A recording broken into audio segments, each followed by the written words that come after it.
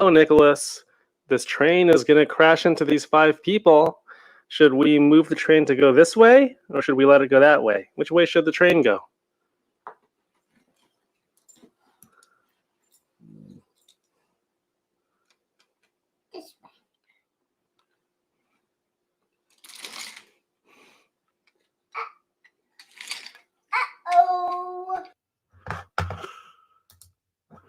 All right. I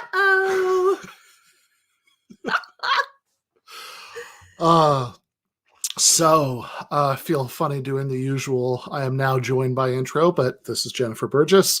For anybody who was not watching when we did this last week. Wait, you are not joined by. This is our thing. Okay, so I have to. We are just here together. I have to come up with some new opening line then, because I think so. It's just a matter of habit. It always comes out that way. I'm now joined by. All right. Where are our comments? Fair enough. Put those back up. So last time we were talking about utilitarianism for the very first Philosophy Friday live stream, and since then, patrons at least got the Beginner's Guide to, well, it was supposed to be the Beginner's Guide to Kant patron bonus episode. It ended up being Beginner's Guide to Kant Part 1, since we didn't get through quite as much as we were hoping to for that. Shockingly enough, there's only so much Kant you can do in an hour. Here's to the unwashed live stream masses. Yes, that's the last poor Yorick suggests to start out by saying you're now joined by the unwashed live stream masses. So it's so I thought we'd start out by recapping the utilitarianism thing a little bit, and then get into maybe a little bit more Kant than we had time for in part 1, and then do the trolley problem. So utilitarianism is the moral theory that says that actions are right or wrong to the extent that they maximize or minimize utility. So they have, so they're, well, to this person that hasn't showered today, neither have I, so it's all right. Yeah, there we go. I actually have. But so actions are morally right or bad to the extent that they have good or bad consequences. And what makes things good or bad consequences from the point of view of utilitarianism is whether they lead to happiness or suffering. So classical utilitarianism, at least, is also involves hedonism, the view that the only thing that's good in itself is happiness. The only thing that's bad in itself is suffering. Everything else that's good is good because it tends to promote happiness. It's bad because it tends to promote suffering. Good job. Thank you. I'm proud of myself. And there is another version of utilitarianism where you say, well, it's not really a matter of happiness, it's a matter of preference satisfaction. So we're talking about the appreciate that. We were talking last week about the experience machine, which is a thought experiment that's supposed to show that we don't just value happiness, that we value other things besides happiness. And so one way of responding to that while still staying kind of a utilitarian is to say, well, maybe we shouldn't talk about happiness. Maybe we should talk about preference satisfaction. Oh, yeah. Oh, yeah. So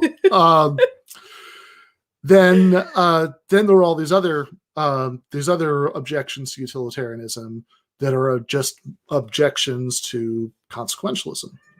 So, which is the part about how actions are good if they have good consequences and bad if they have bad consequences. And the trolley problem, which we'll be talking about in a minute, is definitely, or there's one version of the trolley problem that's definitely in that category. And one way to get around it, or to try to get around it, is to switch from being an act utilitarian to being a rule utilitarian, which we will recap later. But then another way to get around it is just to say, well, maybe utilitarianism is bad. Maybe we need to go shopping for another theory of morality. And that's where the Kantianism stuff would come in. And Kantianism sounds a little bit like rule utilitarianism, but those are different things. And we will get into all of that. But meanwhile, I'm going to talk about the trolley problem. Oh, I get to talk? That's fantastic. So, there's a runaway trolley. Try to set it up. It's headed down the trolley track. There's no one on the trolley. The trolley is headed towards 5 workmen. They cannot get off the track. There is nothing that can happen that will get these people off the track. You just gotta go with me. There's no, well, what if you could send in a hot air balloon and have the no? Ooh, I've never heard can't, that. You can't do Is that something anything. students said? No, Is that no the hot student air has balloon? ever said that. Okay. You can't warn them. Nothing will get these people off the track. So the trolley, runaway trolley, nobody aboard, headed down the track, gonna hit 5 people. There's another track that kind of goes off to the side of that track, and there is one workman on that track. All the same things, no hot air balloons, whatever.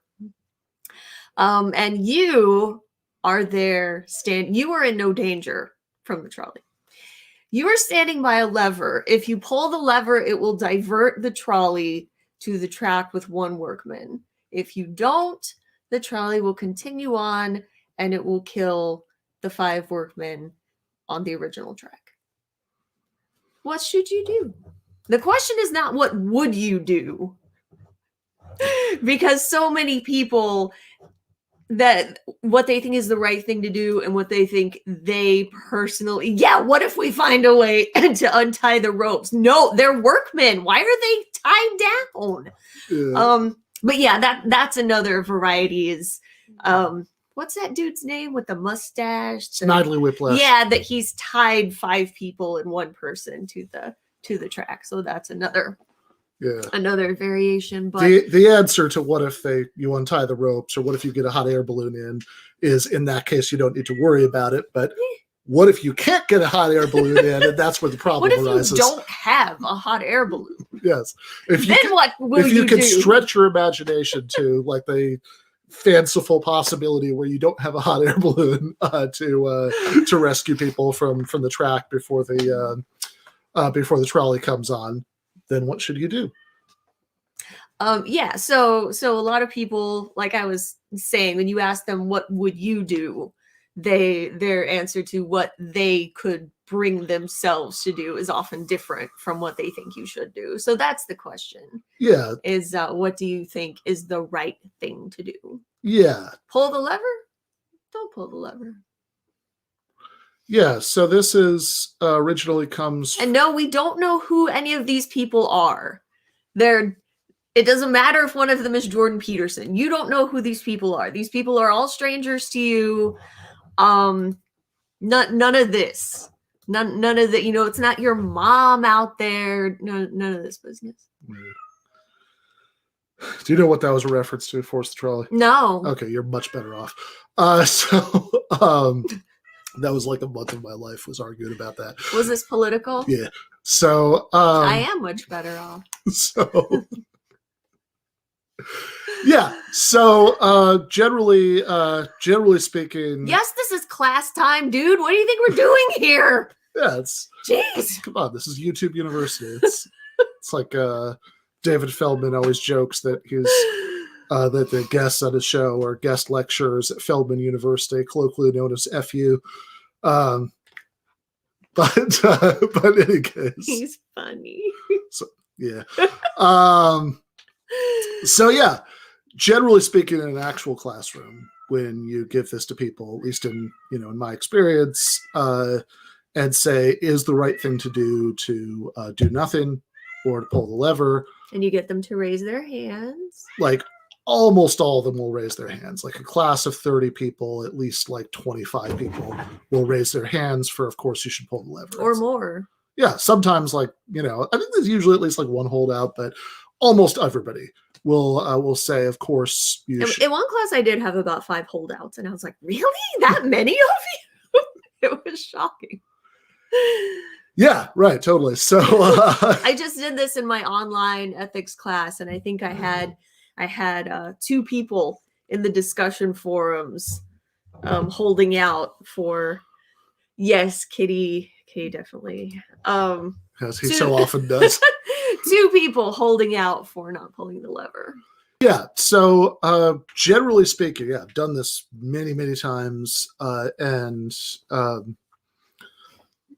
old. So done this many, many times, and usually an overwhelming majority of students raise their hand for yes, you should pull the lever. And if you ask any of them to explain why, they'll say, well, it's obviously it's terrible that one innocent person is dying. Remember, like Jed said, none of these people is your mom. It's not going to be a happy ending either way. None of these people is an escaped, serial killer. They're all just regular people. So in hello, there's the cat's tail Yeah. going by. So they'll say, of course, it's a terrible thing that there's one innocent person who's going to die, because you pull the lever, the one workman on the other track. But it's 5 times less terrible than if the 5 people on the main track die. So that's the right thing to do. It's this is not my nerdy Star Trek reference. It's somebody else's, somebody in the chat, but they referenced the. And that's a way you could go. It is the end of Star Trek 2, where 2, yeah, 2. Where Spock is dying, and he says the needs of the many outweigh the needs of the few or the one. It's a classic version. It's a classic statement of this kind of straightforward consequentialist principle that we figure out what the right thing to do is by calculating the good consequences. Brings a tear to the old eye. Yeah, he does what he wants. Yeah, there's no telling him what to do. He wanders around as he pleases. Good. So he may be about to jump up on the bookcase. Actually, he seems that would be exciting. Yeah, he seems to be eyeing it. That's definitely possible. His name is Shabazz, because somebody's gonna ask. His name is Shabazz. So this originally comes from a paper by Philippa Foote called "Abortion and the Doctrine of Double Effect," which is kind of a weird paper because like most of it's sort of off topic from what the title says. If you put a pregnant woman on the trolley. Yeah, exactly.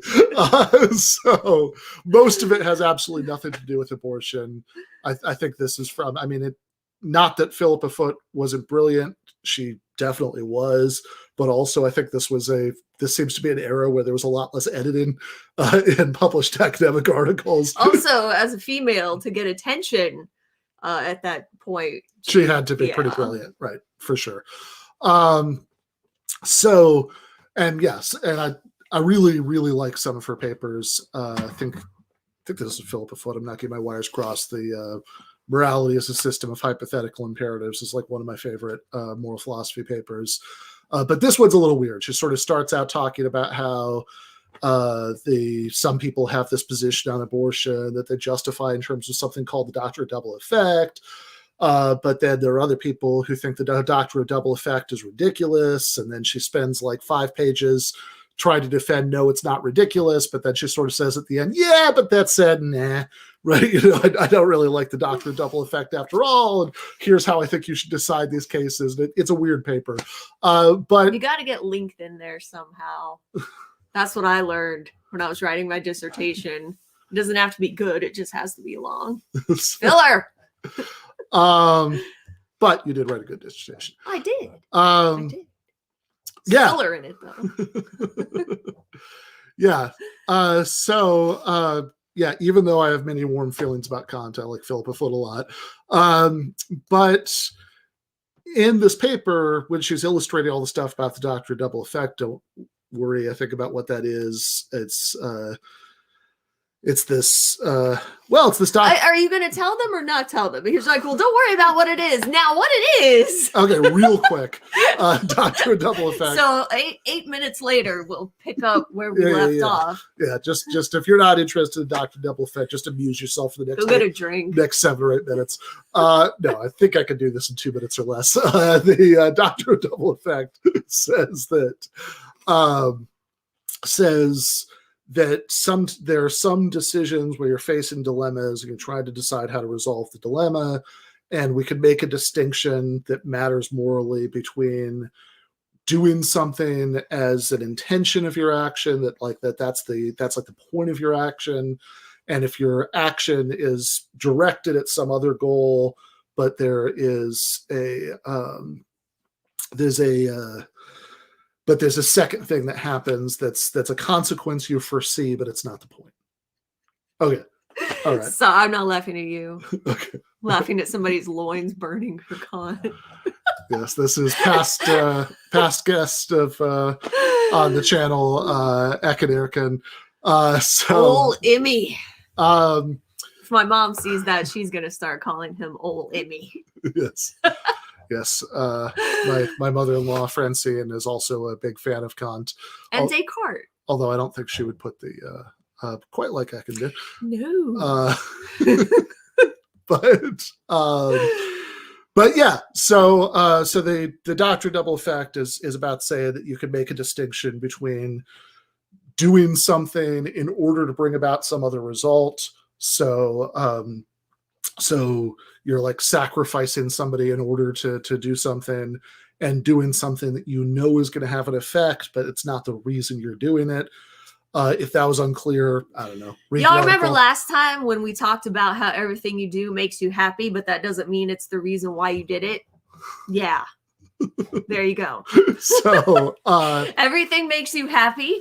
Some things you do with the goal of making yourself happy. Yeah. Some things you do for other goals, but it carries the side effect of making yourself happy.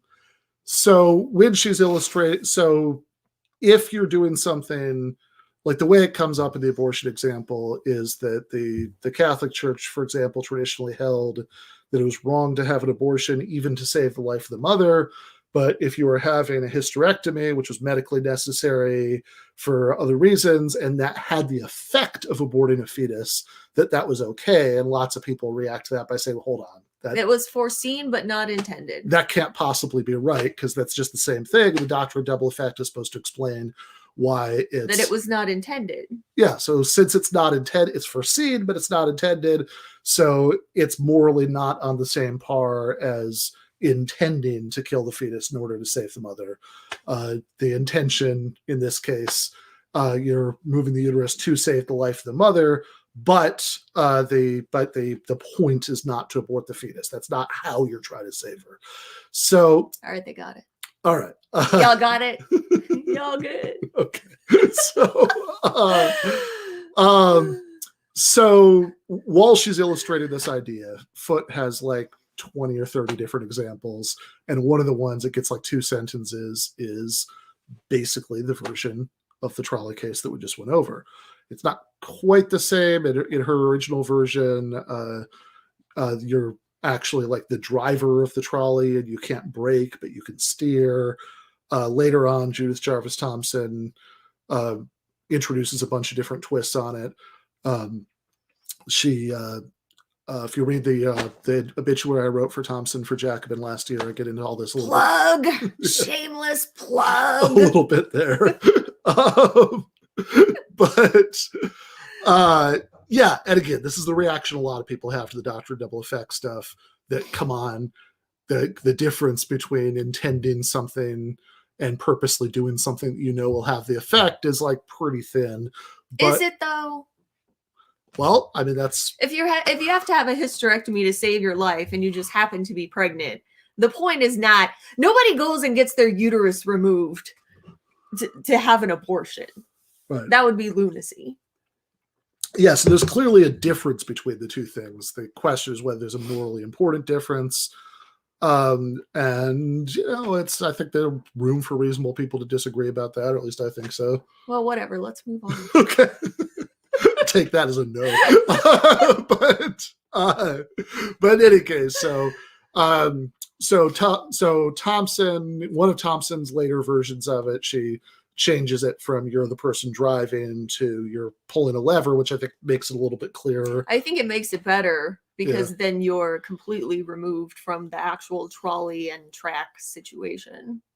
And you have no responsibility. If you're on the trolley, you have some sort of inherent responsibility. Whereas if you're just standing by the lever, it's not your problem. Yeah. I mean, I think it also like makes the issue a little bit less muddy because if you're actually driving, even if you can't brake, it feels a little bit more like you're actively doing something. You're driving in to these 5 people if you stay on the first track, whereas just not pulling the lever seems much more clearly just like doing nothing. So I think that really clarifies the choice as do nothing and passively allow 5 innocent people to die, or do something and actively do something that at least brings about the result that one person dies. Dude, it's not like I haven't thought about that. Just saying.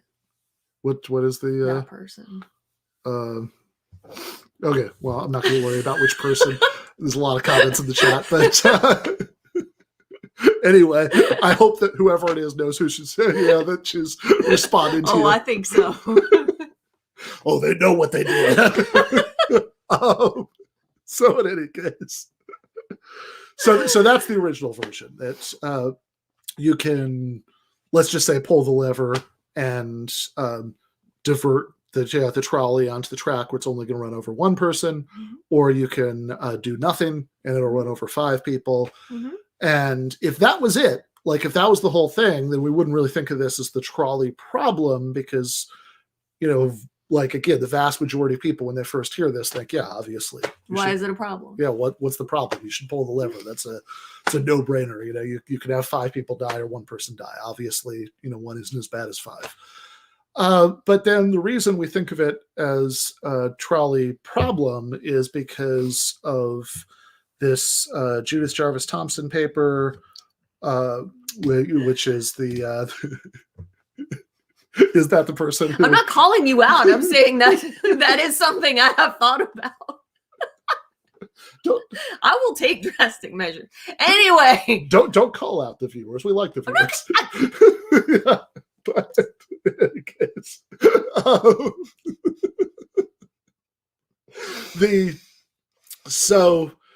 the reason we think of it as the trolley problem is because of this twist that Thompson introduces in that first paper. Okay, wait. Are we already at the twist? We're about to be. Oh, okay. I mean, do you want to linger first? Is there other stuff you want to do before the twist? I don't know. If there's other stuff you want to do, I don't know. It's just you don't usually get through things so quickly. I was kind of surprised by how soon we're moving on. I don't know. Like, do you want to give some reasons or sure something or whatever you're thinking? I mean, if I was your student and I said, well, it's obvious that you should pull the lever, and you said, let me play devil's advocate for you, what would you say? I don't know. What do you say? I would say that you are aware that if you pull the lever, you are directly causing this person's death. Whereas if you just kind of stand there, you're not involved in the train. It goes where it was going to go anyway, and so be it. Whereas if you pull the lever, you are actively directing a trolley towards a human being. And maybe that's not good. Most of us don't want to be active murderers, but that would turn you into an active murderer. And are you okay with that? Okay, this is interesting. Do you think that could be that actively turning yourself into an active murderer, is that the right thing to do? Yeah. So that's interesting. That's not That's not what I would say, but that's certainly something, that would be a fair response.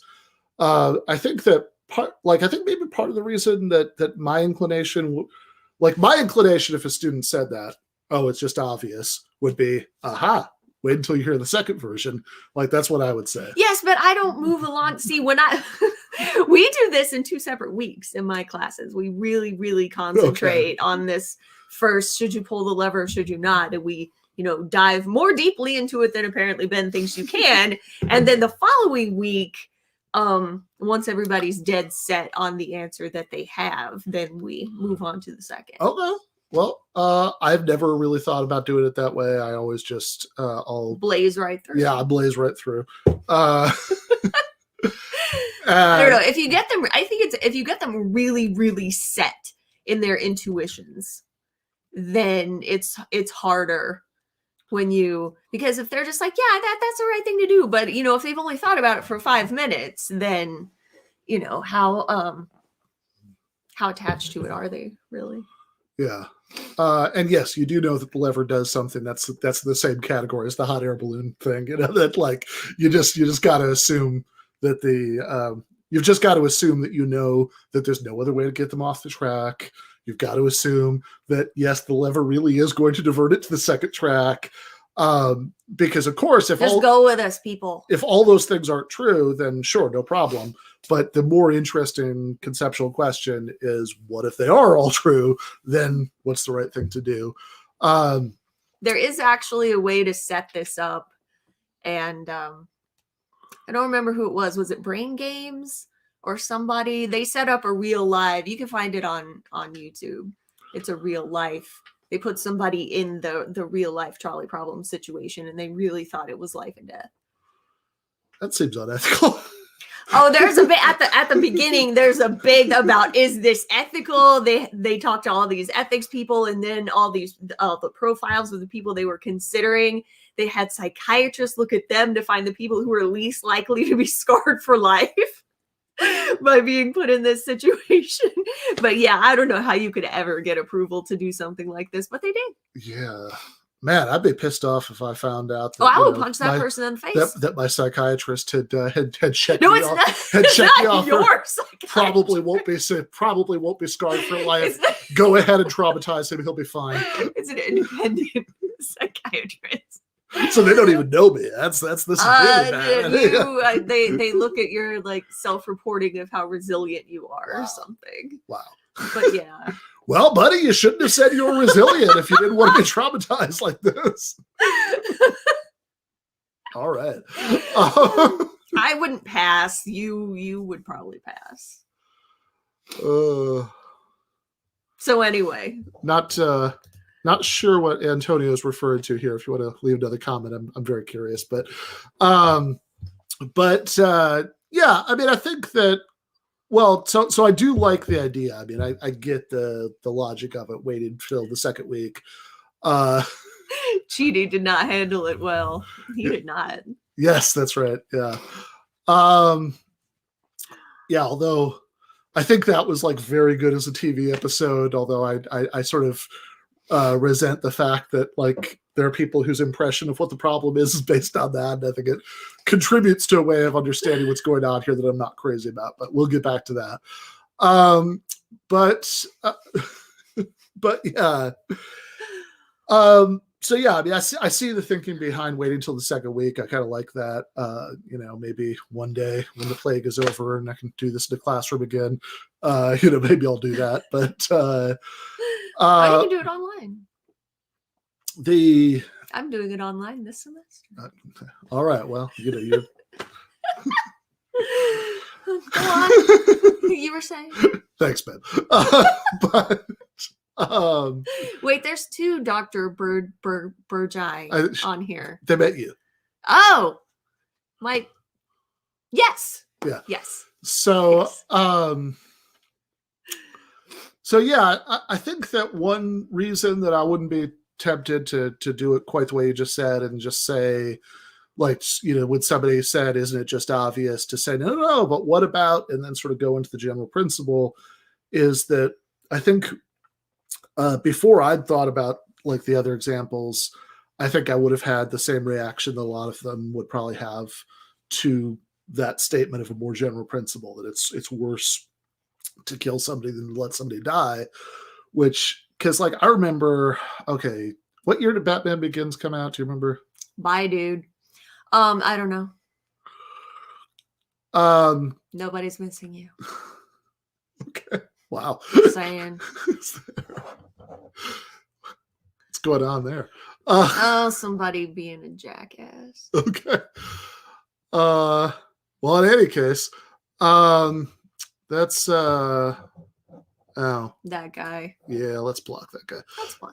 All right. See, this is what that month I was telling you about was like. That the people who are intense about this right. subject are very intense about this subject. Sure. But okay, James Kavanaugh thinks it came out in 2005. I'll buy that. That sounds about right. But in any case, whatever year Batman Begins came out was clearly before I'd ever taught an ethics class, and I certainly hadn't thought very much about this trolley stuff. What is an olfactory bulb? Anyway.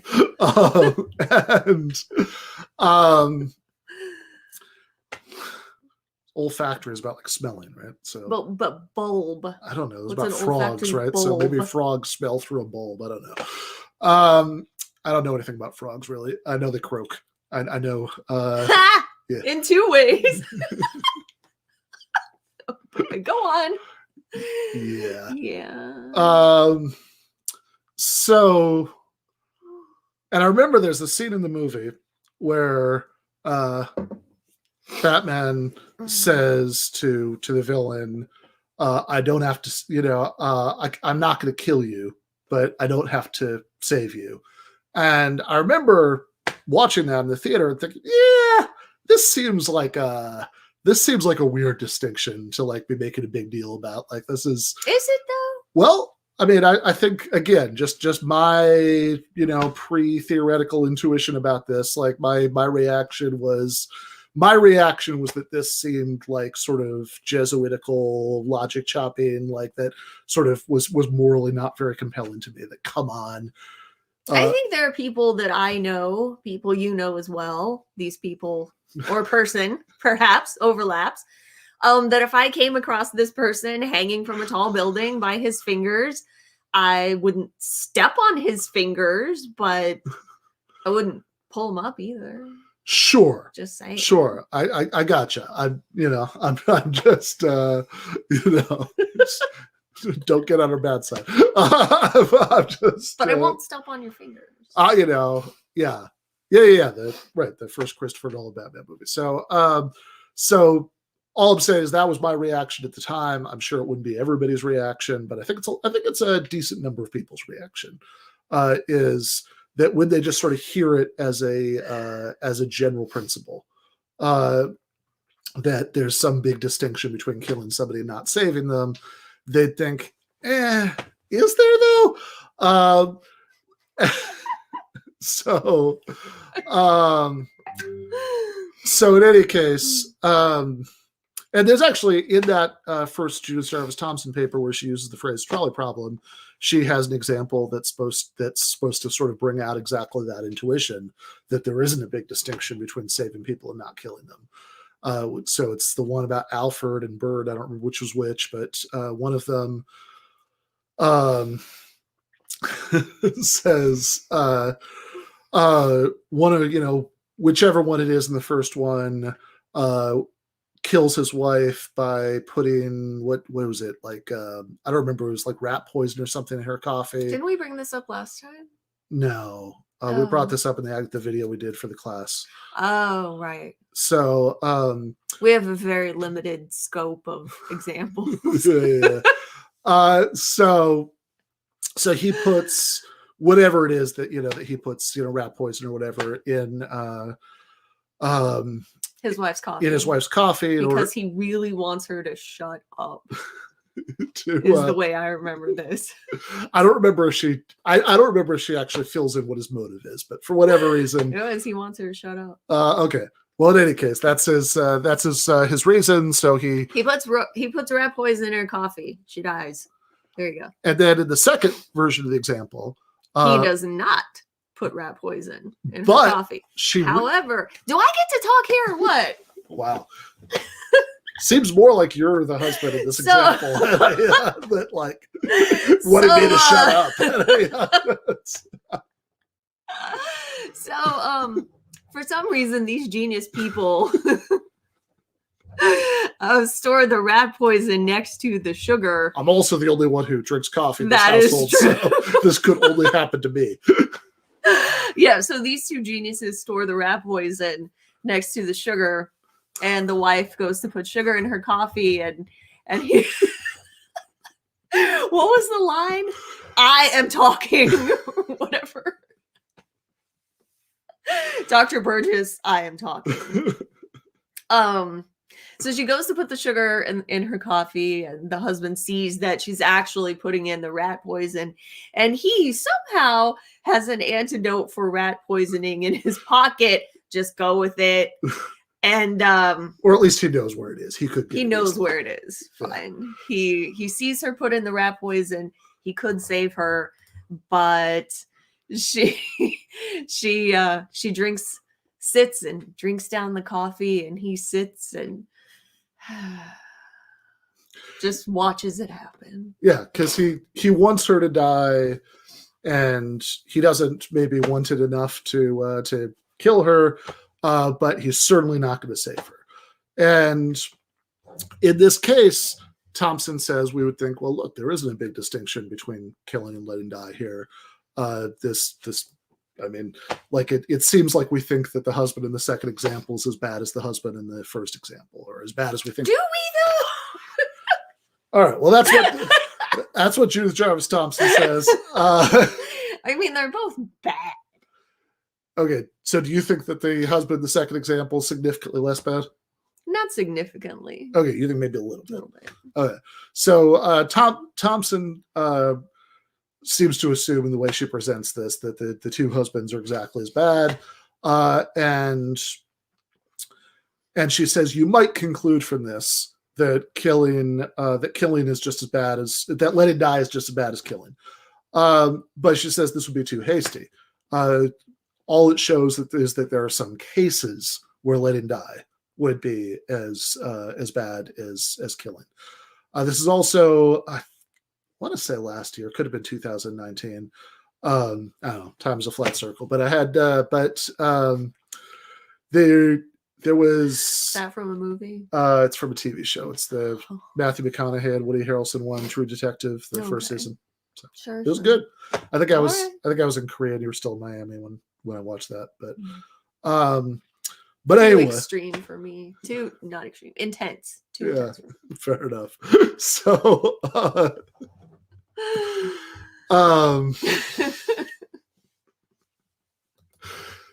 so 2019 or 2020, there was I did an article for our digital media that was also getting into a lot of all this because there was this thing about whether opposing universal health care was like murderous to oppose Are we universal veering healthcare. into Yeah, but let's veer right on back out? just a little bit. Yeah, I never watched I watched like the first couple episodes of the second season. I never got into it. But first season was great. It's one of those anthology things like American Horror Story, where every season is its own thing. But in any case, so you might think it's like very bad to not kill somebody. Thank you, St. Peter. She does share in the credit for my dissertation. So She is part of Team Snoopy. I'll let y'all think on that. you can explain what that is, or just No, leave it out there. let's leave it out there. Yeah, fair enough. So in any case, so you might think like letting somebody die is really bad, and you might think examples like this mean that certainly letting people die is really bad, right? Like there's that Peter Singer example about the person who walks past the drowning child without who they could easily wade in and save because they don't want to ruin their nice shoes or whatever it was in the example. That's bad. And that seems very bad, right? And if your if your reason for opposing universal health care is that you've been like paid off by the insurance companies or something, that's pretty bad, right? Look, somebody's referencing a TV show I've seen. This never happens. Which I would have saved her just to make that stop, dude. Oh man. Fair enough. But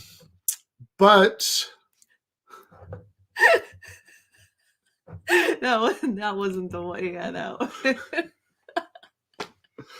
But she says that it would be too hasty because this just means in some cases letting die is about as bad as killing. But it doesn't follow from that letting die is generally as bad as killing. And she has this nice metaphor about if somebody has a medical condition such that if you punch them in the nose, they'll die, then in that case, punching them in the nose might be morally just as bad as punching them in the face might be just as morally bad as killing them, as cutting their head off. But that doesn't mean that punching people in the face is generally just as bad as cutting people's heads off. So to throw in one last political example, I don't know. So that I don't think that if Richard Spencer had his head cut off, I don't think we would all enjoy watching that though the way that we do watching him being punched in the face. So punching people in the face generally, might not be a great thing to do, but it's not as bad as cutting people's heads off, even though in this case it would be.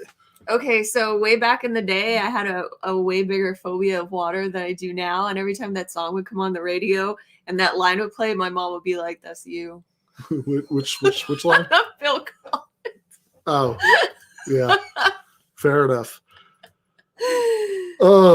So. Hi, mommy. All right. Is this enough build up? Can we do the second one? Yeah. Go ahead. No, by all means. I don't want to be accused of talking patriarchally, talking over you again. Don't be in the patriarchy. All right. So in the second setup, it's much the same. We have the runaway trolley, the 5 people, keeps going, can't get the 5 people off, blah, blah, blah. So, but there is not a second track, and you are not standing by a lever. If you were, that would be pointless because there is no second track. But where you are standing on a bridge that goes over the track. Behind you is the trolley, the runaway trolley. In front of you are the 5 workmen. Next to you is a very large human being. And you just happen to know that if you push this very large human being off of the bridge, the fat man is usually how this is put, but this very large human being off of the bridge into the path of the trolley would stop. The 5 people would be saved. The 1 man would obviously die. And yeah. Okay. we get into this every class we do this. Someone points at the smallest little girl in the room and is like, how's she supposed to push off this man? Okay, well, just assume that. Well, look. Let's say he's leaning over to crane. He can see what's about to happen, and he's teetering over very precariously. Just the slightest little push is going to get him over, and to head off another possible objection, you are a super experienced trolley engineer who knows for a fact that he's big enough that his weight would stop the trolley in its tracks. Are you done? I guess. What should you do? Should you push the very large individual? Well, the fat man. Should we push the fat man onto the trolley tracks, or should we not? By the way, the funniest take on this I ever heard was not in a class, but it was as the students were leaving class. I can't believe you're telling this. So it was while we were both still at the University of Miami, And this is like the most Miami thing ever, that these two girls were leaving class, and I heard one of them say to the other, "Well, I mean, if he was that fat, how great was his life anyway?" It's not funny. It's not at all funny. It's definitely not funny. Nobody's cracking a smile about that. Definitely not laughing. So in any case, when you do this in class and do the hand raising thing again, then this time it's the opposite. So if you have a class of 30 people, there are like 28 of them will keep their hands down for sure. Raise your hand if you think the right thing to do is to push the large man onto the tracks. Yeah, you get like 2 people, and then you really have to worry about those 2 people because it's you just try to not be next to those people at any time. And certainly I try not to. You would have a lot less to worry about, but and then even if you are willing to you don't know any of these people. Yeah, none of these people is your mom. None of them is an escaped especially the fat man. None of them is an escaped serial killer. None of them is on the verge of finding a cure for cancer that you know of. As far as you know, these are all just regular people. This is the person you'd have to worry about. And somebody always asks, can you ask the man to sacrifice himself? First of all, no. And second of all, who's going to say yes? Oh, yeah, I'll throw myself in. Yeah. Yeah. Well, maybe that's why he's on the bridge to begin with. And again, maybe he's thinking about jumping. If he did, then, no problem. That's he's a hero. Like somebody jumps on the grenade to save, Sure. But assume that he doesn't volunteer to do it. Then, that isn't okay to push him. And almost everybody, when they hear this, says no. And if they have horrified looks on their faces. Yeah. Like when they ask this, they look at you like they can't believe that you're asking them this, because this is so self-evidently horrifying. And even if you are willing to bite the bullet about you say, push the large man, Thompson has another example in the same paper, which is I think most of the stragglers who are still not getting off of the who are okay with that are still going to have the horrified expression when you do Thompson's hospital case. Do you want to do that? Sure. We didn't say anything about ugly people. So don't put words in our mouth. I don't. Did we didn't say anything about ugly people. No, I don't think so. I think we quoted a student who said something about obese people. Right, but we did not say that. Yes. To spell this out, I thought that was funny because it was, appalling, but in a very... To spell this out, I did not think that was funny at all. Yes. And I can't believe you would repeat something like that.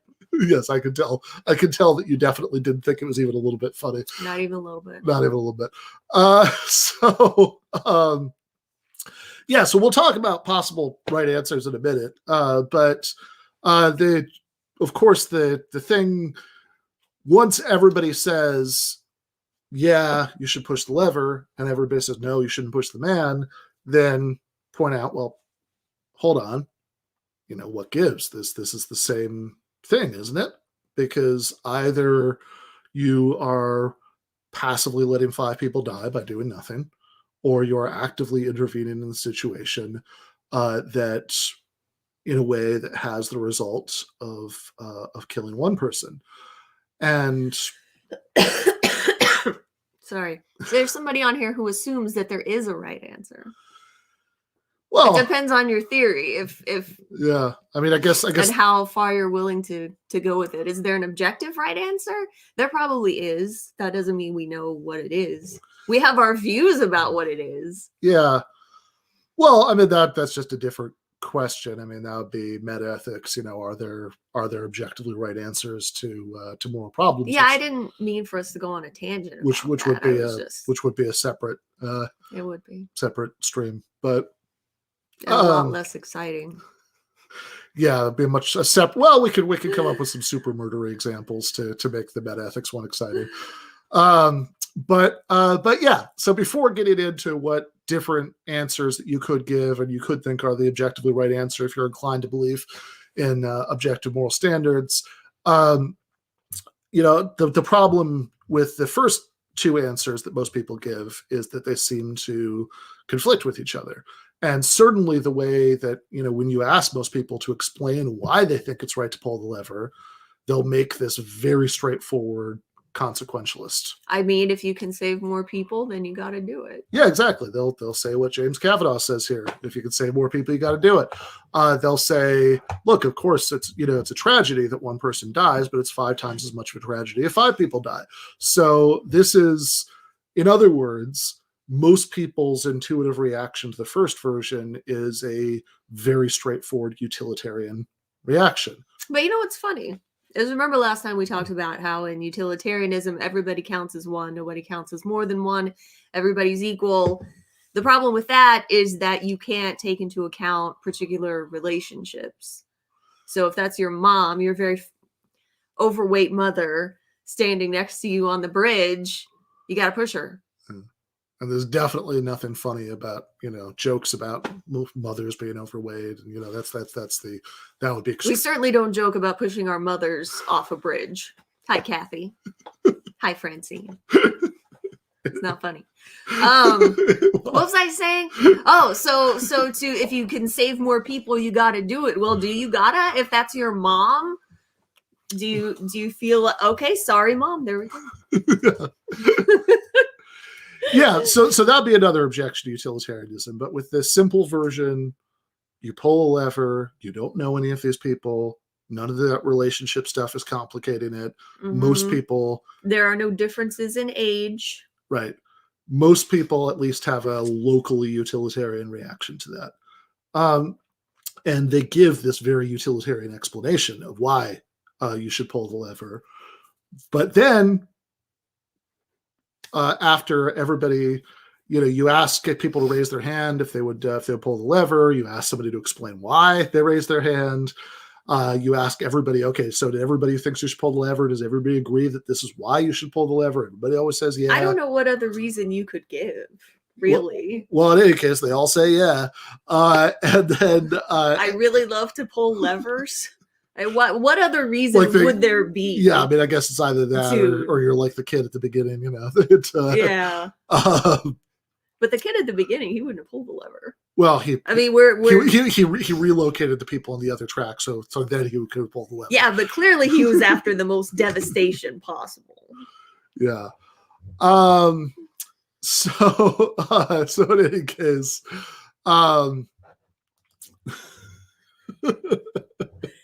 well, good thing Francine was good with Ben. Some stories about that, but we're not going to tell. My mom loves Ben, for real. My mom she just thinks Ben is the bee's knees, the cat's pajamas. She does now. But she does. She really does. So in any case, so then when everybody says no, of course you shouldn't push the large man. That would be murder. What's wrong with you? Well, what about directing a trolley into somebody? Is that not murder? Yeah, and so, or less contentiously, a way to put that is what happened to this principle that, of course, you should do the thing that results in only one person die and not 5 people die. Although, some people will stick with it. You know, if one person dying is better than 5 people dying, then it doesn't matter how we bring it about. It's still 1 versus 5. Well, don't be too hasty, dude. We'll get to possible answers that to this, but and some people think that it matters whether you're like pushing somebody with your hands versus pulling a lever. And then, they say, well, it's different. You're right up next as you're putting your hands on them as opposed to just pulling a lever. And I'm like, well, so does this mean that if you strangle someone, it's worse than if you shoot them?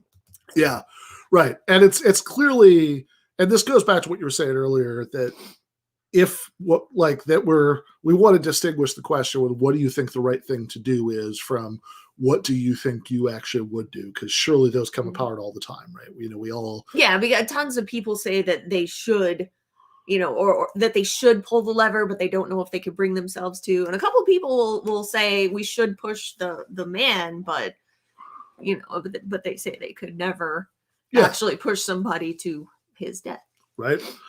So yeah, and if you think for some weird reason that does matter morally, then I think Michael Sandel has a video where he says, okay, so what if there was a drawbridge, so that you could pull a lever on there to that would scoot the large man down onto the track. Would that be okay? Well, that doesn't seem to make a difference, right? Like it's not obvious why that would be any different. Like you would, that is a great story. Like you sorry, I said drawbridge, trapdoor. That's what I meant. Okay, so what if you can pull a lever and put him on the other track and then pull that lever? That would make is that the idea? I think that's more complicated than Sandel's version. I think that his version was just like it's the exact same large man scenario, except he happens to be standing right on top of a trapdoor. So you can pull a lever and the trapdoor will disappear and then that'll splat him down onto the track. I hadn't heard that before. I should start bringing that up. No, you don't get a treat. Well, I was going to say something. Be very bad in like Pavlovian conditioning terms because then people would have positive associations with, instrumentally killing people. So yeah, there's definitely a psychological difference. Sure. Absolutely, there's a cycle. But then I asked them, just because it would feel a certain way, does that mean that this is relevant, morally speaking? That there is this psychological, and by the time we've gotten here, we've already talked about Singer. And how if we have obligations to people nearby, like the child in the pond, if we see a child that's dying right in front of us and we're obligated to save it, don't we have that same obligation to somebody on the other side of the world? If you had a button and if a child was dying over there, you drowning in a pond and you hit the button and they could like rise from like Lazarus, they would rise, but they're not dead yet. They would rise from the pond. Or like Jason at the end of the first. No spoilers. So you're never going to watch Friday the 13th. No spoilers. Okay. Anyway, if I thought I could get you to watch it with me, we would have watched it. Totally lost my train of thought now. Thank you very much. So he's rising like Lazarus. He's rising like Lazarus, and we have one of those like those Staples buttons, the big red button. And so you could push that to save a child on the other side of the world who's drowning in a pond. And I say, well, if we have the obligation to save the child right in front of us, we also would have an equal obligation to save the child on the other side of the world. And I really have no idea where I was going with that. Where was I going with that? What were we talking about? Well, because it's whether it makes a difference that you're killing him up close and personal, that you're pushing him. I don't think that's what I was going to say. Well, maybe it was. Yeah. So, but we have psychologically, we prefer to save people who are closer to us than people who are farther away. But then once you get people to agree that, if all you have to do is push a button, which is no harder than, reaching in and like pulling the kid out, then the psychological difference doesn't make a moral difference. So we've already covered that. So we've already covered a case where the psychological difference does not affect the moral difference. And then they'll be like, okay. Yeah. Yeah, actually, so somebody reminds me that that one of the bombs, the bomb that was dropped on Nagasaki was actually called Fat Man. People have been reminding us of this since this started. Okay, well, it's the first one I happened to see fly by in the chat, but yeah, and if you think that was extremely wrong, this is then I mean, if you accept the idea that it saved lives by making the war end sooner, which some historians would deny, but if you do, right, this is just a really, really, really large scale trolley problem. Same deal. Either one is going to be bad for your mental health. Yeah. Well, I would assume that, or all three of these are going to be, watching these people die, directing a trolley into another person, or pushing somebody off a bridge. All of these are going to be bad for your mental health. Yeah, I mean, there might be. I could see that, like, going from lever to trapdoor lever Might be worse. to push in, that would be worse. But none of it's going to be good. None of it's going to be good for sure. But this is what you call a problem with this is what you call a moral remainder. There's no good answer. There's just a less bad answer. Yeah, I think it would wreck anybody. And I guess hopefully, yeah. Again, you worry about somebody it wouldn't wreck. But then I think, but it's certainly from a utilitarian perspective. I think you just say, look, the fact that you would feel all this guilt later and whatever, sure, that has to be taken into account. But it's just that it's outweighed by the fact that there are 4 fewer people who would die. And some people do bring that up in class, and I'm always very impressed by that, because they bring that up in the content. Not just, well, won't you feel bad? But they talk about utiles. Well, aren't those negative utiles? What was it? The dolors. Dolors, aren't, yeah, aren't those right. dolors that you're creating there? And that's a very good point. But call back to last Friday if you don't know what she's talking about. Negative utiles.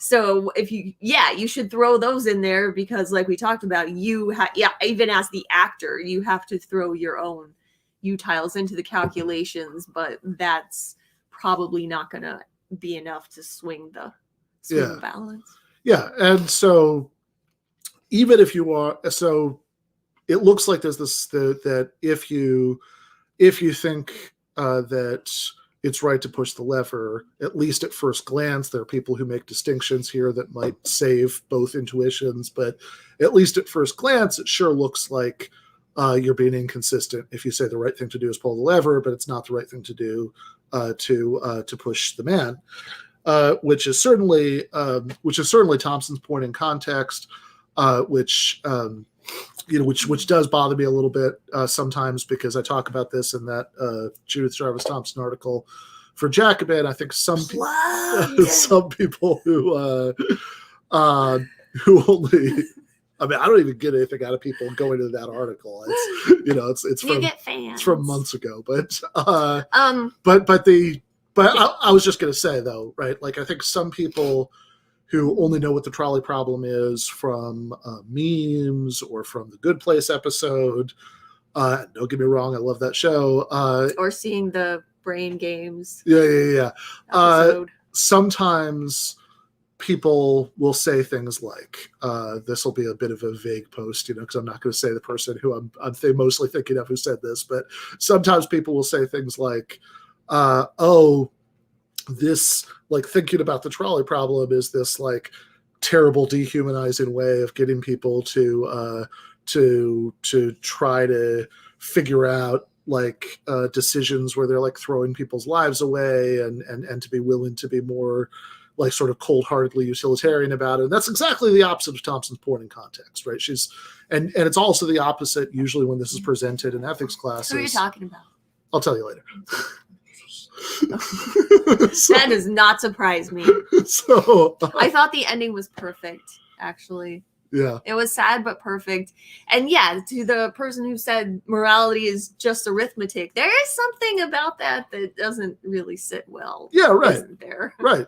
Seeing morality as a matter of arithmetic, like we're counting lives, that's, yeah.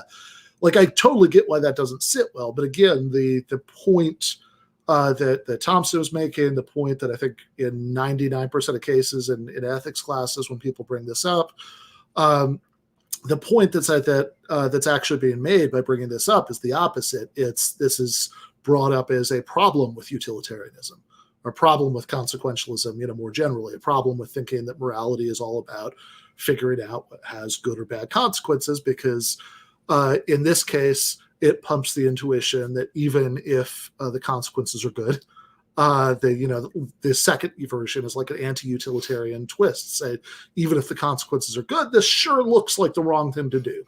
And even if you think that it's, even if you're willing to bite the bullet about the man, then in the hospital case, which we mentioned last week, but that's also from the Judith Jarvis Thompson paper, once you start biting it, you got to keep biting it. Like that one, I think will even horrify a lot of people who are willing to steel themselves up and, hypothetically, push the man. That's the one with the the surgeon who is the most amazing surgeon ever. His transplants always take, just accept it. And there's These people just all happen to be of the same blood type and whatever else you need to match. you have to accept a lot of weird things to make this work, but that this healthy patient who's come in for a checkup who would be a perfect match for 5 people. One of them needs a heart, one of them needs a liver, whatever. And so he gets the brilliant idea that he can kill the healthy patient and harvest his organs to save That person can bite it, but not the bullet. to save the 5 people. And that seems really, really wrong. It does. So this looks like a big problem for utilitarians. Although the utilitarian can always say, well, your intuitions are bad and you should feel bad. Sure. And although then I would ask them why I should be a utilitarian, and I want to see if they can do it without doing an appeal to intuition. But yeah, it's I actually knew somebody who I think used to know Quine's nephew. But are we going to talk about Kant? Yeah. Or so let's talk about Kant, and to get to Kant, let's first talk about one way that the utilitarian could try to avoid this, which we kind of talked about this last time. It's probably good to recap, which is that they could say, okay, sure, you obviously shouldn't be cutting up healthy patients and it's a bad move. and to transplant their organs to people who need the organ transplants to live. But you and so it begins. You set off a train. Do you know that? Very hard to talk about Kant without the It really is. without the Kant jokes. But I certainly can't do it. But I can't even. Yeah, exactly. All right. I'm sorry for that. But, I'm not. So is this where we talk about rule utilitarianism? Yeah. So they could say, obviously that's wrong, but we can explain this because of rule utilitarianism. So we have a set of rules that, if followed, will increase utility, and one of these is don't kill people. Fair enough. Yeah. That seems like the sort Don't push people off bridges. Don't direct trolleys into other people. Don't do these things, and that will maximize utility generally. Now, there might be occasions where it will not maximize utility, but in general, what we're doing is we're following this rule, because all of the other times that it does maximize utility are going to outweigh this one time that doesn't maximize utility. People following this rule will maximize utility, and there you go. Follow the rule. Don't pull the lever. Don't push the man. Yeah. So, but I should just say, okay, if all we're concerned about is utility, why should you follow the rule even when it, has bad consequences? But the point is that even though the act utilitarian who says you should do the actions can have the best utility, and the rule utilitarian says you should follow the rules can have most utility, the standard for evaluating whatever it is, rules, actions, is the same. It's the standard of utility, but they're just feeding different things into that standard. The act utilitarian is feeding every individual action into it. The rule utilitarian is feeding general moral rules into it. But what? Oh, but the common objection is that rule utilitarianism collapses. This is how we put it. We're fancy people. Collapses into act utilitarianism, because what are these rules? So maybe the rule is don't kill people unless you're saving a greater number of people by killing people. And one reason to go for those more specific rules is that it's going to maximize utility in more situations. Yeah, and it also helps you avoid conflicts, because don't kill people is generally a rule that's going to maximize utility, but not always. But save innocent people wherever possible is also going to maximize utility, and the two come into conflict in the trolley cases. Yeah. Okay. So then if your rule ends up being don't push people onto trolley tracks unless that saves more people, then this move from act to rule utilitarianism, it doesn't save anything. Isn't going to help anything. See what you started, Danielle? Told you. So So now do we talk about Kantianism? yeah, let's talk about Kant. So Kant, He likes rules. yes, Kant also likes rules, just like the rule utilitarian does. And Kant thinks that you can reduce. So again, we did this Beginner's Guide to Kant Part 1 episode for patrons this week. That I was not a part of. Well, the offer was repeatedly made. But you turned up your nose at it. I did not. But, or at least said no thank you. But in any case, Oh, that's awful. Look at that. wow. One of Plato's dialogues is called the Meno. For, I'm dying. Anyway. So What are we doing? Kant. So Kant thinks that you could reduce all morality to one rule. It's the categorical imperative. So imperative grammatically is when you're telling somebody to do something. It's like a question is an interrogative, a statement is a declarative. You should have learned this in about the 4th grade. Declarative. Well, I'd say something about funding being cut for public. But that's political. So, and this is Philosophy Friday. They're not doing politics, just philosophy. So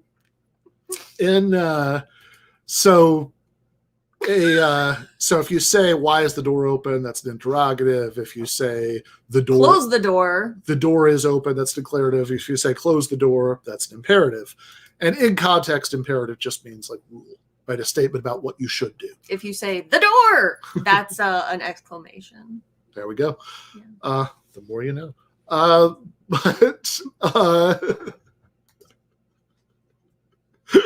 So a categorical imperative is as opposed to a hypothetical imperative. Do you want to do that? No, I think we should just just move on. Okay.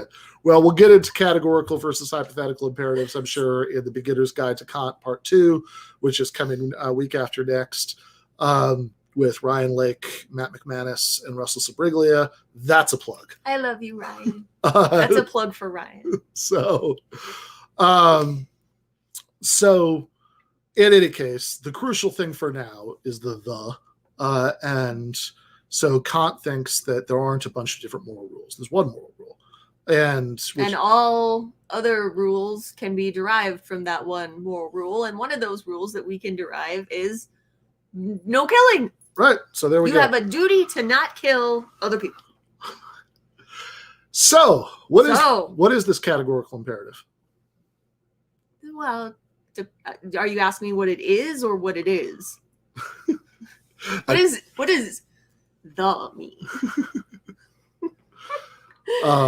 What is the definition of is? Act only? No, that's the so okay. So one of the versions. So Kant. Yes, I'm the old lady. Confusingly, Kant says that there's just one moral rule, the categorical imperative. Then he gives a few different versions, and a lot of people, when they first hear it, doesn't really sound like different versions of the same thing. It sounds like different moral rules. He thinks that they all amount to the same thing. We talked about one of them last time, which was the thing about not treating humanity, either in your own person or someone else, as merely a means to an end rather than an end in itself. But another one of them is live so that your every action you could, what is it? So that they only act upon that maxim. That you could will to be a universal law. Yeah. And so what does that mean? That you should only act on that maxim that you could will to be a universal law. I'm going to throw out right now, this has nothing to do with the golden rule. Yeah, so maxim just means rule. It's not the magazine. Universal. Get your minds out the gutter, y'all. Universal law means like everybody's doing it. And at this point, it's really easy to get confused in one of at least two directions here. One of them is to think, oh, this is the golden rule, which is actually, and the other one is to think, oh, this is just rule utilitarianism. Those are both wrong. even and though a universal law is something that would apply to everybody all the time. There is no getting out of it. although if you do misinterpret it in either of those ways, you are in good company, because there are famous All my students, and also all his students. and also there are famous examples of brilliant philosophers who managed to misinterpret it in one or the other of those two ways. So Nietzsche misinterprets it in the first way. He says, "Oh, you're not fooling me. This is just Christianity again. This is the golden rule." And John Stuart Mill says, "Oh, hey, you're just a utilitarian too. This is just some kind of rule utilitarianism," basically, in his comment on Kant. And both of those are wrong. So My hand looks weird. it's I'm gonna undo that. this is like that video of the monkeys that were looking at themselves through the camera. And,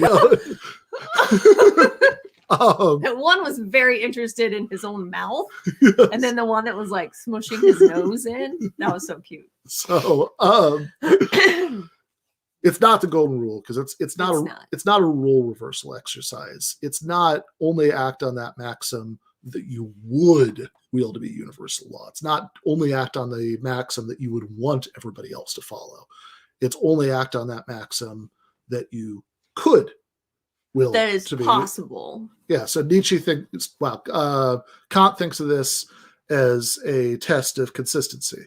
So Dude is all about rationality. would it Eats, sleeps, and breathes rationality. So that's what this whole thing is about to him. Can you make this a universal law without falling into a logical contradiction? Yeah. So can you make this a universal law? Stop it, Andrew. Thought we were over that. Can you make this a universal law? Would it be possible for it to be a universal law without, crucially, without Can either you take that down? without either? Would it be just impossible in itself, or would it at least be impossible to make this a universal law without undermining your reason for doing it in the first place? So It's not worth it, dude. It's not worth it. So the classic examples are like, I need to borrow $20 from Forrest, and I know that I'm not He going to. can't pay you back, Forrest. Run, Forrest, run. Yeah, because God knows he's never heard that joke before. Yeah, but it fits in with this scenario, though, doesn't it? It does. Sorry. So I need to borrow $20 from Forrest. I know I won't be able to pay him back, but I'm worried that if I say that I won't be able to pay him back, he won't give me the money. So I'm tempted to lie and tell him I'll be able to pay him back. And then we do the universalization test. We say, could lie to people when you need money from them be universalized? Could that be a universal law? And crucially, could it be a universal law without undermining my reason for wanting to do it in the first place? And no, because if everybody lied in that scenario, then nobody would ever believe anybody who said, "Oh, I'll be able to pay you back," and then nobody would ever lend anybody any money in that scenario. So if that was a universal law, you wouldn't get anything out of it. It would destroy your motivation for doing it in the first place. That's what Kant means when he says you couldn't make it a universal law. It's not that you wouldn't want to. It's not that it's You wouldn't like it if people did that to you. Yeah. It has nothing to do with it. Exactly. And it's also not rule utilitarianism, because it's not, oh, this would be terrible. Kant does not care about your consequences. Yes. Actually, that'd be good. Andy should make that picture, the Kant Shapiro saying facts don't care about your consequences, or I don't know, facts don't. Kant doesn't care about your consequences. Kant doesn't care about your I don't know. I guess there's no way to do a Ben Shapiro joke there, but in case, much appreciated. Thank you very much. And hey, it'll be on YouTube forever. So it's not that, oh, this would be a terrible consequence, right? It's not that it's like, oh man, lying wouldn't work anymore, and wouldn't that be awful? It's that Kant thinks That's really not what Kant's focused on. yeah, it's that Kant, Emmy is not sexy in the first place, yo. What's wrong with this person? he just really likes Kant. I see that. No, Ekin's great, but so it's not rule utilitarianism. It's not the golden rule, and Kant also thinks, confusingly enough, that again, this is the same moral rule as the thing about means and ends. Imperatives don't care about your consequences. There we go. We got it. There we go. Nice. So very short Kant saying imperatives don't care about your consequences.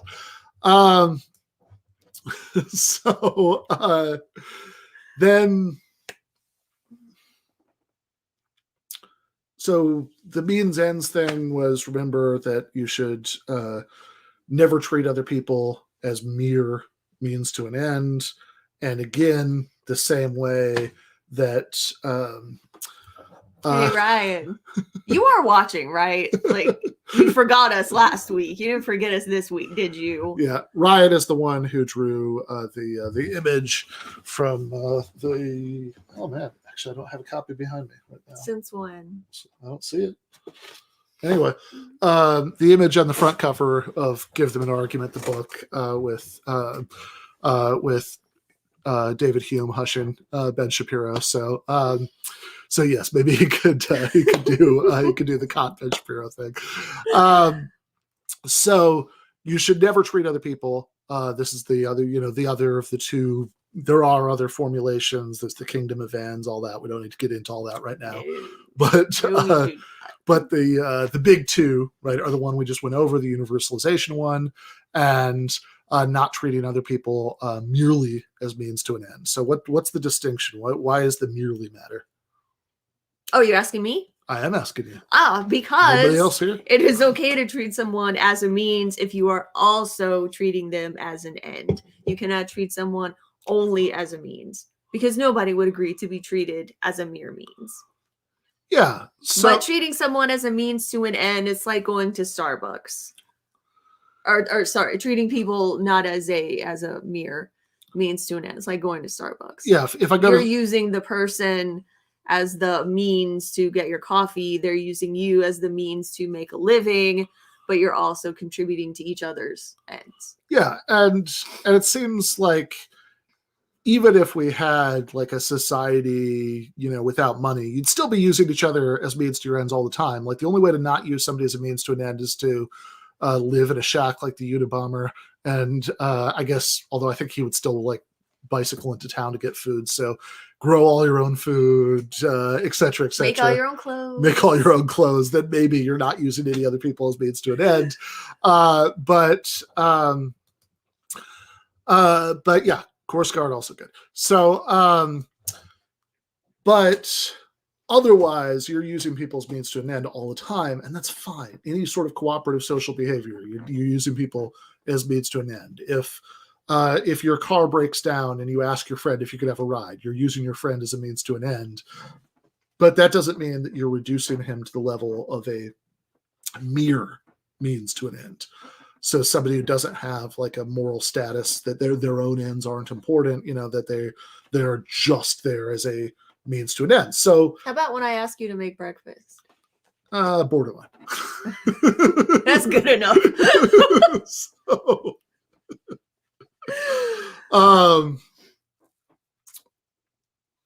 or that guy in The Good Place. Okay, I missed something there. It doesn't matter. Me too.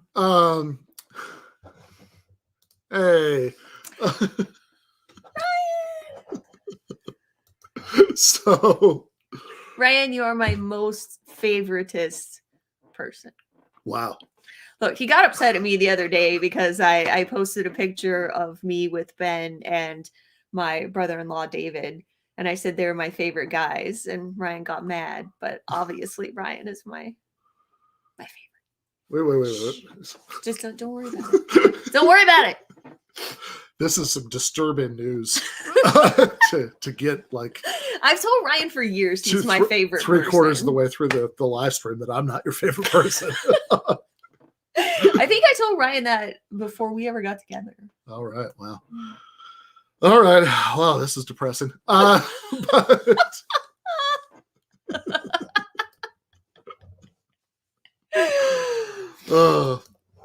yeah. So, like the stupid example always used for this is if it's the difference between getting something, like if I'm in class, I'd be maybe like drinking a bottle of water, a cup of coffee. So I was about to do a vending machine example, which doesn't work because you can't, in this case, because you can't get beer from vending machines. Unless you're in Japan. That's true. That's true. Japan, they have beer vending machines. So let's say you're in Japan and you're buying this beer from a vending machine. I don't know if they have bells in Japan, but whatever. Let's run with it. And it did that thing where you're starting where it almost comes out, but then like it doesn't quite come out, and you kick it, and in the you might hit it, you might shake it, you might very well do all those things because that's incredibly frustrating.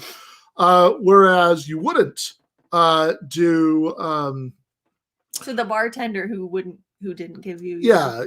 If you were like, you would not kick him or her. Getting this from a bartender, no matter how much trouble the bartender was having with your order, you wouldn't kick the bartender because even though you're using the bartender as a means to the end of getting a beer, you're not reducing the bartender to the level of a mere means to an end. That's what I always tell my students is the ATM. You know, you can kick the ATM, you cannot kick the bank teller. And then they asked me what a bank teller is. So, kids, man. Yeah. All right. So applied to the trolley problem. There is. Oh yeah, I totally forgot we were doing that. Yeah. All right. It's been a long hour and a half. Yeah, fair enough. Well.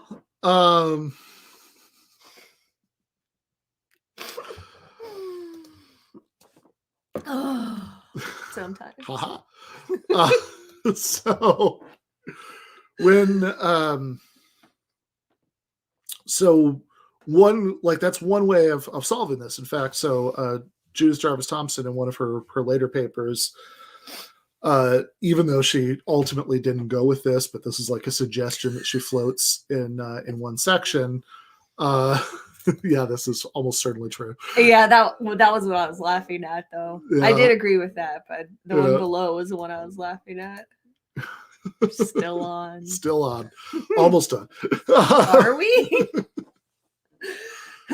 So, one possible solution that Thompson floats at one in one of her several papers about this is that there might be a Kantian or at least Kantish sort of distinction that you could make here between the first and second cases. And this is actually a little bit like the doctrine of double effect, which is that you might say, okay, when you're pulling the lever, you're doing something that is. But what is your goal when you're pulling the lever? Yeah, when you're pulling the lever, your goal is to divert the train. Is to divert the train so it doesn't hit the 5 people. Yeah. Your goal is not to run over the one guy on the other track. And in fact, if you were wrong to think that he couldn't get off in time, and you pulled the lever, and you and the train was diverted, and then he did manage to get off in time, you'd be thrilled. You would. Say, because it was not any part, it was of not your plan. Of your plan that ooh, I really want to get that guy, right? It was foreseen but not intended. Whereas in the case where you're pushing the man, then again you could make a direct doctrine of double effect distinction here. You could say when you're pushing the man, if the man doesn't fall in front of the if he or even if he just you started to push him and he saw what you were doing and he ducked out of the way in time, then that would upset you. That would ruin your plan. It would, because your plan was It depends on exactly it depends him on falling in front of the sacrificing him. trolley. And so, and I think the way that Thompson puts it at one point is that you can that there's a distinct that you can make a kind of Kantish distinction here. That it seems like in the case where you're pushing him, you're really reducing him to the level of a means to an end. Yeah, in the most extreme possible way. You're literally using his body. Right, as a means to the end of saving those 5 people. Whereas the man on the other track, you're not using him as a means. He just has bad luck that day. Yeah, exactly. So and no days following. yeah. And certainly if you're cutting somebody up for organs, like there's no more extreme like using no coming back from that. Means to an end than that.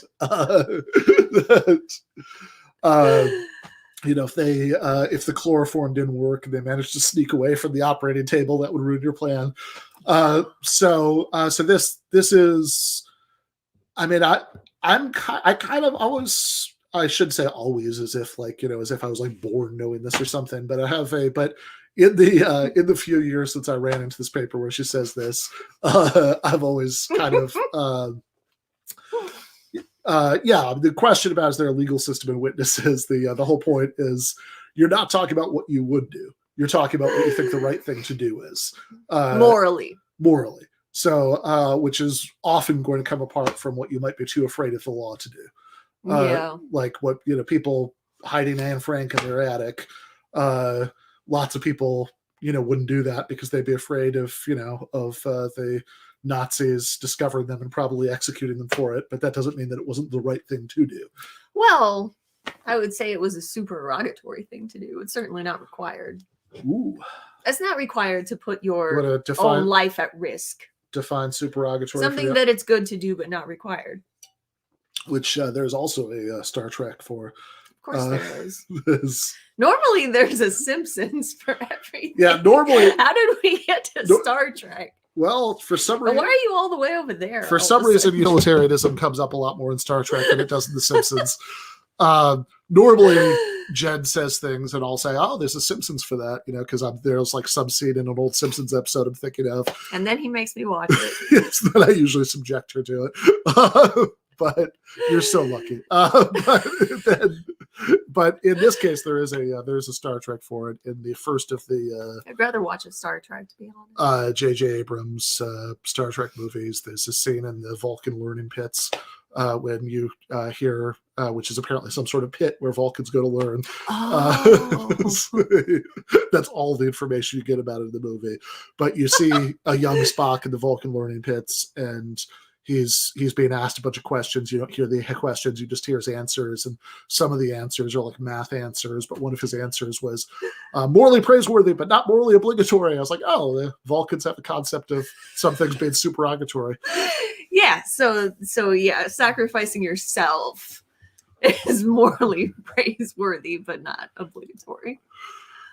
I don't hate The Simpsons. I think Bob's Burgers is way funnier than The Simpsons. And I like Bob's Burgers, but classic Simpsons. I mean, obviously the last 300 or so seasons been pretty bad, but classic season The Simpsons is better than anything. I like The Simpsons one with the baseball players. Oh yeah. That's the one. I don't say too much about it because I got to get my mom to watch that. So don't. Okay. No spoilers. Fair enough. Okay. You could also, and there are like different, and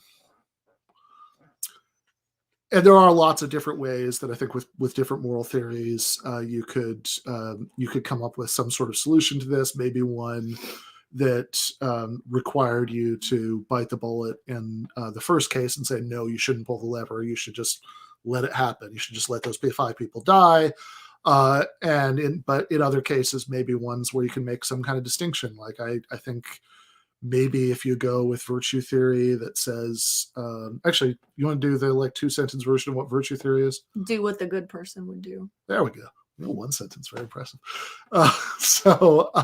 Think of a moral exemplar. Do what they would do. Yeah. That I agree with. Bob's Burgers is better than Simpsons during the years that both shows existed. No Wait, doubt. what do you mean was active? Is it not on anymore? I don't know. Did it end? I might have a crisis right here. Well, we still got like a bunch of Bob's Burgers we haven't watched. So. We do? Yeah, right? Hey, you don't tell me anything. What kind of marriage is this? No wonder Ryan's my favorite person. Yeah. Yeah, I have to admit, I had been watching the Majority Report and Bob's Burgers for years before it occurred to me that the voiceover at the beginning of the Majority Report, the Casual Friday thing, was the actor from Bob's Burgers, who's H. John Benjamin, was also Archer. Observant he is. Yeah. Yeah. So virtue theories do what the good person would do.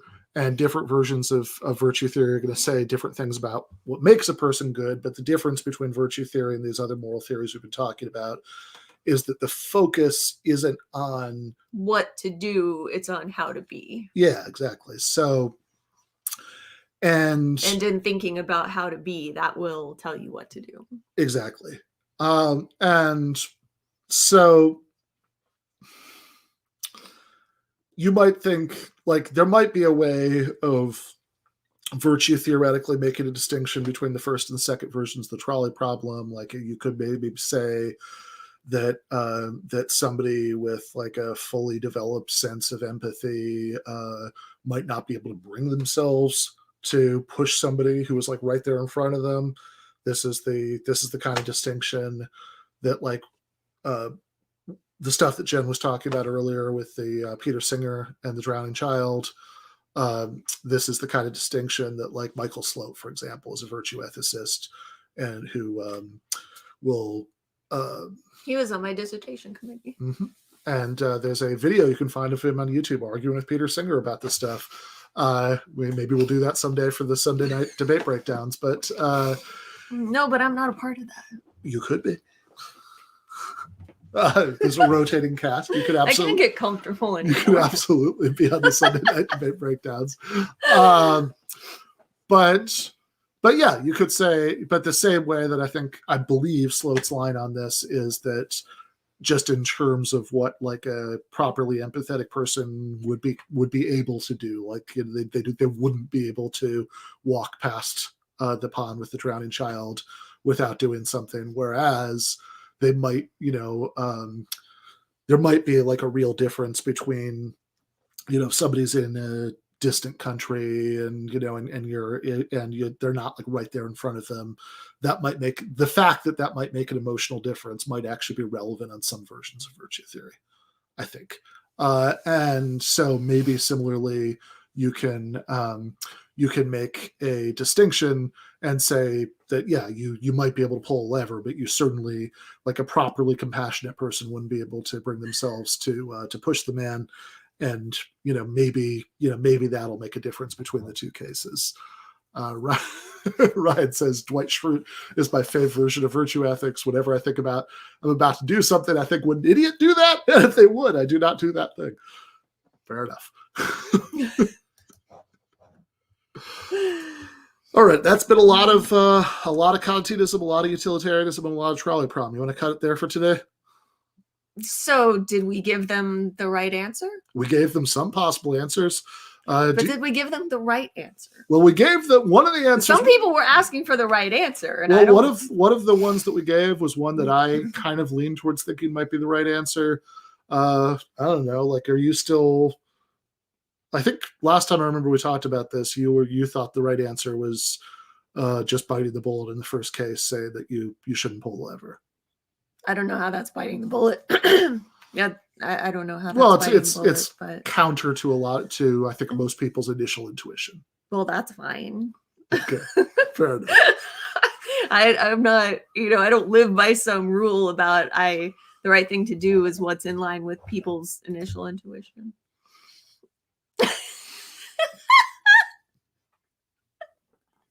Hopefully it doesn't increase any dolors. Definitely not increase any dolors, but probably some utiles or hedons. The problem is that on his other shows, he has on like 12 people at a time. And so I would probably just sit there and not say anything. Oh, good. Very glad to hear that. So, do you have anything else you want to throw in before I? You made me say that I would not pull the lever.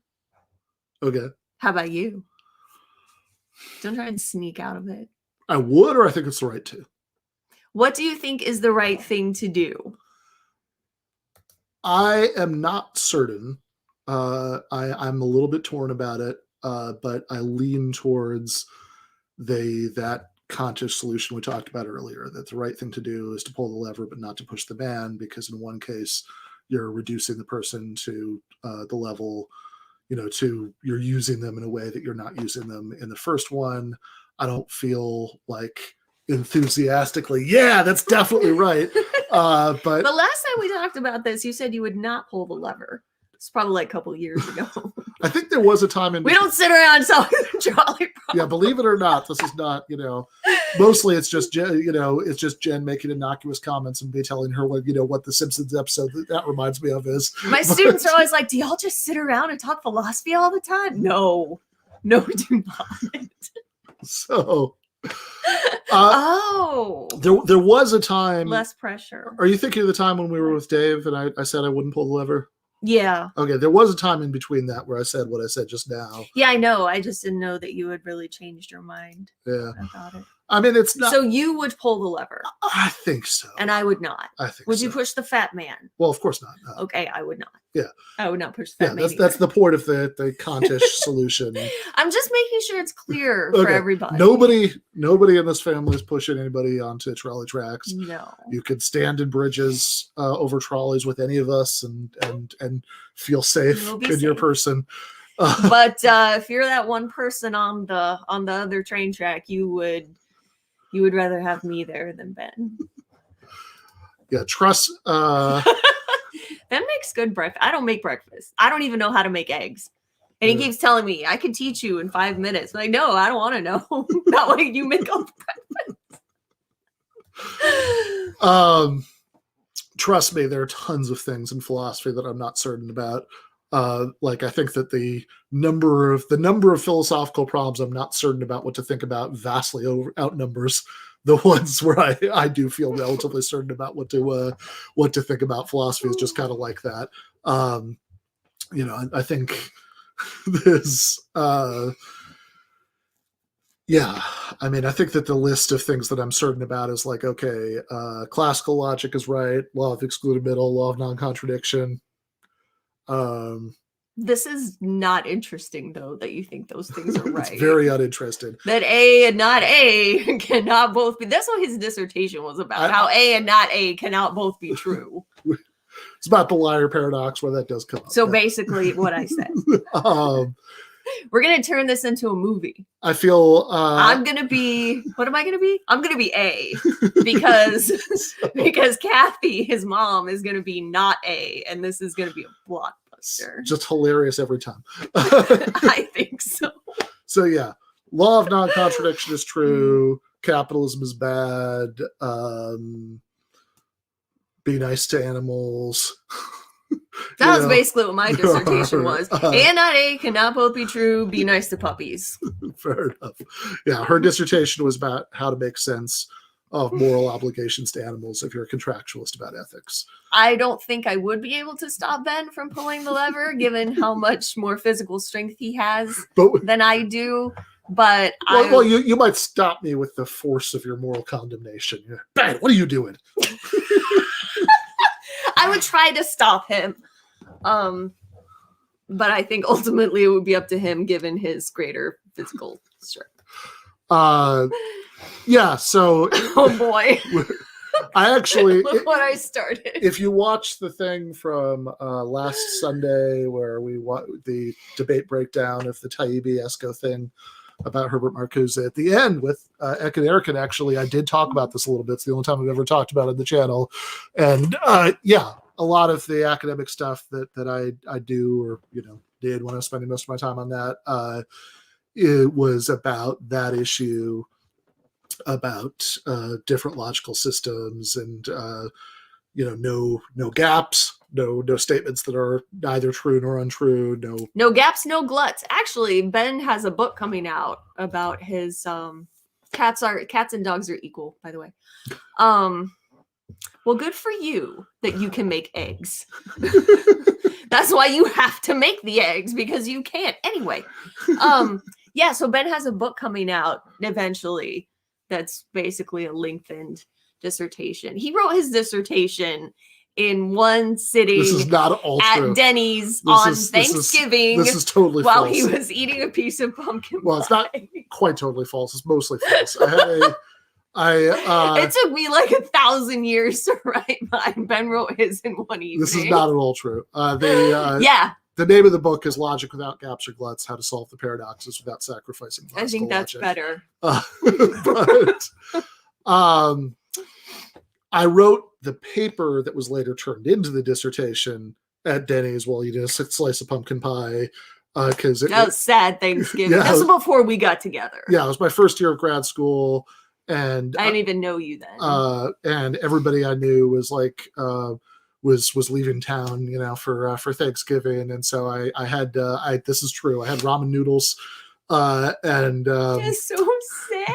And then I walked to the Denny's in South Miami and to have some pumpkin pie. Dogs are not necessarily more useful. And coffee. You had coffee. And when and while I was on my way, I had the idea for this paper for Otavio Bueno's Topics in Logic class, and I wrote a draft of the paper while I was there. But the actual process of turning the paper into a dissertation took months. Months, not years. Months. Okay, whatever. Months. Anyway, so. And I just want to throw in there, it was not my responsibility to give you a happy Thanksgiving because I didn't know you yet, but I'm still mad at you for not taking me to Singapore. Somehow. That is a wife's prerogative. So dialetheism is the view that statements can have two truth values. That term, I think, comes from Graham Priest. I think he's the one who came up with that. He's certainly the most famous advocate of it. Ryan Lake, as when I was talking to him about my idea for a dissertation, said you should call the view that statements can only have one truth value monotheism. So yes, he should always get his props for that. In any case, I think it's been like 20 minutes since we were talking about Kantianism, Utilitarianism, and the Trolley Problem. So unless you got any final thoughts, should probably. I have no final thoughts. So no thoughts of any kind. Yeah, strongly agreed. Yes. Yeah, for sure. Yes, and I would teach it. Also, critical thinking. Yeah, I mean, critical thinking even more so. I think it would be good, but like. There's no reason you couldn't teach symbolic logic in high school, but I think like the more important one would be critical thinking, which is where you get like the logical fallacies and all of that stuff. And that should absolutely cognitive biases. That should absolutely some basic logic. Yeah, that should absolutely a little smidgen of symbolic logic, but mostly those other things. That one should absolutely be a high school graduation requirement, and which would, by the way, have the advantage of employing a lot of unemployed, philosophy graduates. But, well, look, the good news of Anna Radio is that it is on YouTube forever. So when this is over, just refresh and go back to the beginning. All right, so I think people will be watching this over and over. Pause it at all the most embarrassing parts, but shout out to you, Chuck. So on Monday for episode 38, I'm going to be interviewing Thaddeus Russell, and the next Monday for episode 39, going to be talking to Nomiki Konst and then Paul Prescott and Kenzo Shibata are going to be coming on to talk about teachers unions. And meanwhile, as far as the streams, next Wednesday, I am going to, for the next movie live stream, going to be talking about Cape Fear, the 1991 Martin Scorsese one with Ryan Lake, Forrest, of course, and possibly Mike Racine. I'm trying to convince Mike to do that. So, which he's a very funny guy, likes Scorsese movies. He'd be a good addition if we can get him. I got you that shirt, did I not? Yes, you did. I did. Speaking of, might have yarn on again. So I wouldn't describe that as beating up on, but in any case, might have him back on. What are we doing on Friday? That is a very good question. We don't really plan these out in advance. Yeah, I mean, we do a little bit. I was kind of thinking, so originally I had a different suggestion, but this morning over breakfast, we were watching the finale of WandaVision. Oh, and I love Wanda. And there's Wanda. And in there, this is not, no spoilers. This is not a spoiler. This is not a spoiler. Okay, fine. But in there's a character who explains the ship of Theseus. And it made me think that that personal identity puzzles might be a fun. And it also made me think that the ship of Theseus might be a good starting place. Yeah. For talking. Yep. So let's. You want to do that next week? Let's do that. Let's do it. Nice. And before any of those things, so before the personal, ship of Theseus and other personal identity puzzle stuff coming up next Friday. With Jen, before the Cape Fear thing on Wednesday, before even the regular episode, Thaddeus Russell on Monday. On Sunday, for the Sunday night debate breakdowns, we're going to be doing something a little bit different than what we've done for the past. This is going to be number 14, and it's going to be a little bit different than the first 13 because Ryan Lake and Mark Warren are going to be on there, but I am not because Mark and Ryan, I am going to recuse myself, and Mark and Ryan are going to do a breakdown of my debate with Douglas Wilson. Ooh, can I do that too? If you want, sure. That means I have to watch it though. Wow, that might be a problem. This is how much support I get. So it should be fun. I will definitely be watching. And yeah, so thank you to everybody who watched, and particularly the people who sent the super chats for whatever the first person said, Lucy's Milkbone Fund, Dr. Lucy, Dr. Lucy's Milkbone Fund. If they gave doctorates to dogs, I'm sure she would have one. Team Snoopy. So you can't keep saying that without explaining. No, I think I can. What it means. This is our podcast. Okay. All right. Fair enough. Thank you, everybody, for watching. Left is best. Must you say left is best?